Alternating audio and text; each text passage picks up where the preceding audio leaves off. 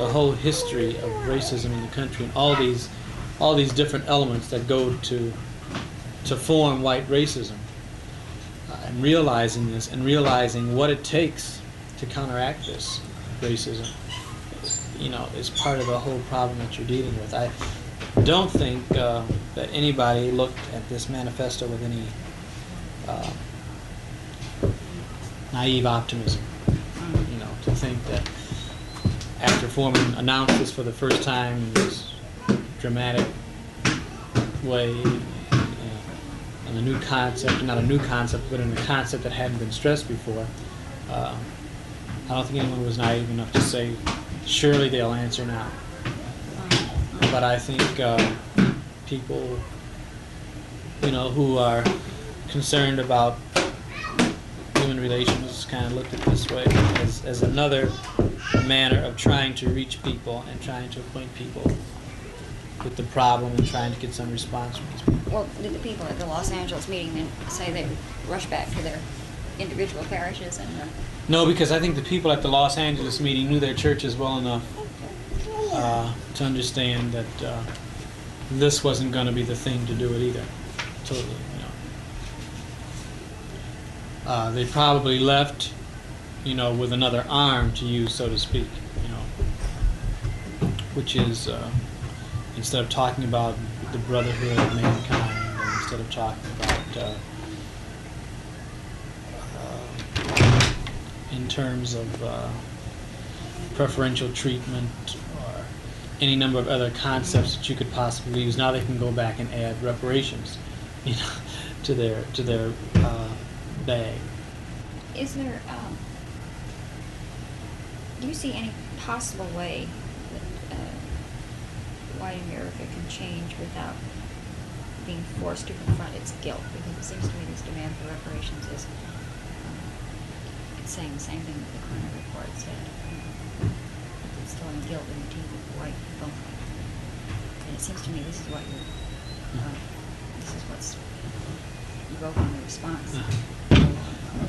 Of course, I think the response, again, to me, guilt is going to presume some awareness that you're a racist.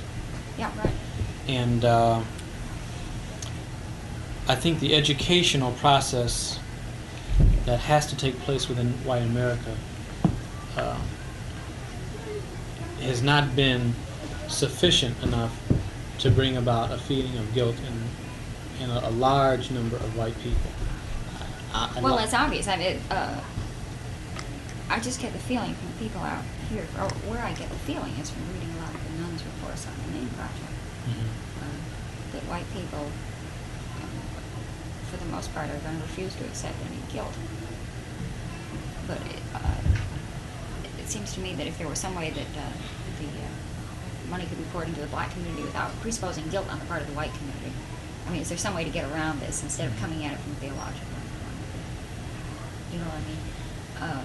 Yeah, of course. Well, my answer to that. I mean, I can see how these people feel. Really, they're sick and tired of being told over and over and over that they're guilty, that they're racist, et cetera, et cetera, et cetera. Yeah, I don't know whether this, when you publicize this, you probably have to be careful how you word it.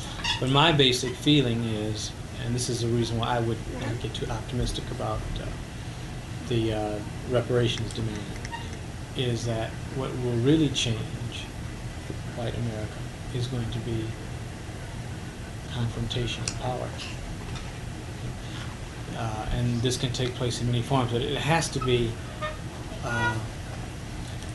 when a person is so steeped in ignorance and through a process of history has become so distant. It takes more than, the ordinary process of communication to reach that person. And I think good confrontation, and here I don't mean violent confrontation in any sense, but I think real confrontation on different levels of communication are going to have to be used. For example, instead of dialogue, in the custom sense of the word, we have to talk about sensitivity sessions, where people through a very intense communication situation over a period of consecutive hours, can really come to grips with themselves as people.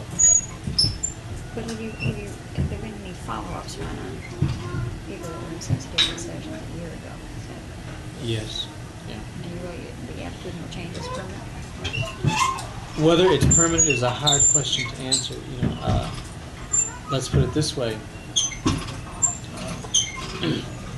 the response of people to sensitivity, black light sensitivity, you know, from my experience, has been such that I have not seen, you know, come out of ordinary discussion groups or dialogue groups or home visits, because people really got down to the nitty-gritty and expressed their feelings, acknowledged their history, were able to, as a result of this kind of communication, to even see their own historical development.